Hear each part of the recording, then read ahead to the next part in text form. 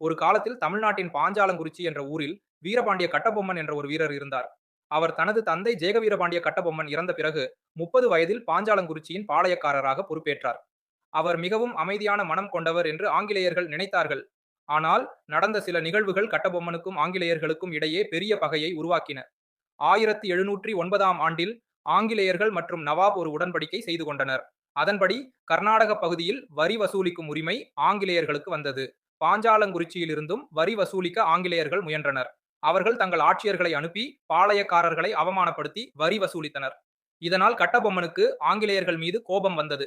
1798ஆம் ஆண்டில் கட்டபொம்மனிடம் வரி நிலுவையாக 3310 பகோடாக்கள் இருந்தன. அதை வசூலிக்க ஆங்கிலேய ஆட்சியர் ஜாக்சன் படைகளை அனுப்ப முயன்றார். ஆனால் மதராஸ் அரசாங்கம் அதற்கு அனுமதி கொடுக்கவில்லை. பிறகு ஜாக்சன் கட்டபொம்மனை ராமநாதபுரத்தில் சந்திக்க ஆணை பிறப்பித்தார். கட்டபொம்மன் சென்று சந்தித்தார். ஆனால் ஜாக்சன் அவரை 3 மணி நேரம் நிற்க வைத்து அவமானப்படுத்தினார். கட்டபொம்மன் அதை சகிக்க முடியாமல் தனது அமைச்சர் சிவசுப்பிரமணியனாருடன் தப்பிச் செல்ல முயன்றார். ஊமைத்துரை என்ற வீரர் கட்டபொம்மனுக்கு உதவி செய்தார். ராமநாதபுரம் கோட்டை வாசலில் ஒரு மோதல் நடந்தது. அதில் ஆங்கிலேயர்கள் சிலர் கொல்லப்பட்டனர். சிவசுப்பிரமணியனார் கைது செய்யப்பட்டார். கட்டபொம்மன் பாஞ்சாலங்குறிச்சிக்கு திரும்பி ஜாக்சன் தனக்கு செய்த அவமானத்தை மதராஸ் ஆட்சிக்குழுவிற்கு தெரியப்படுத்தினார். அக்குழு கட்டபொம்மனை விசாரித்து அவர் குற்றவாளி அல்ல என்று முடிவு செய்தது.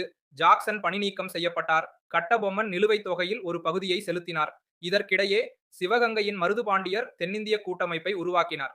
கட்டபொம்மன் அதில் ஆர்வம் காட்டினார். மருது சகோதரர்களுடன் இணைந்து ஆங்கிலேயர்களை எதிர்க்க முடிவு செய்தார். ஆனால் சிவகிரி பாளையக்காரர் அவர்களுடன் இணைய மறுத்தார். கட்டபொம்மன் சிவகிரியை நோக்கி படையெடுத்தார்.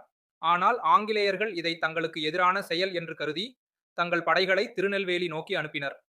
1799ஆம் ஆண்டில் ஆங்கிலேயர்கள் கட்டபொம்மனை சரணடையும்படி கோரினர். ஆனால் அவர் மறுத்துவிட்டார். மேஜர் பானர்மன் தலைமையில் ஆங்கிலேயர்கள் பாஞ்சாலங்குறிச்சி கோட்டையை தாக்கினர். கட்டபொம்மன் புதுக்கோட்டைக்கு தப்பிச் சென்றார். ஆனால் பின்னர் அவர் பிடிபட்டார்.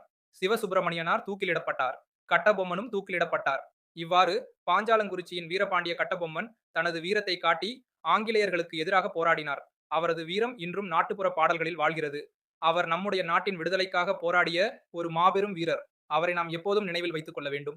இப்போ நீங்க பார்த்த வீடியோ மாதிரியே நம்ம ஆப்ல ஒரு அனிமேஷன் ஸ்டோரி சீரிஸே வந்து கொடுத்துருக்கோம். பிளே ஸ்டோர்ல நம்ம குயிக் லேர்னிங் ஃபார் ஆல் இந்த நேம்ல வந்து இருக்கும். இதை வந்து லைக் பண்ணிக்கோங்க. முதல்ல ஹோம் பேஜ் இந்த மாதிரி தான் இருக்கும். இதுல அந்த ஸ்டோர் ஆப்ஷன்ல வந்து போங்க. ஸோ வரிசையா எல்லா சீரிஸ் இருக்கும். இதுல வந்து டிஎன்பிஎஸ்சி அனிமேஷன் ஸ்டோரிஸ் இதுக்கு வந்து போங்க. இதுல அந்த கண்டென்ட்குள்ள வந்து போங்க.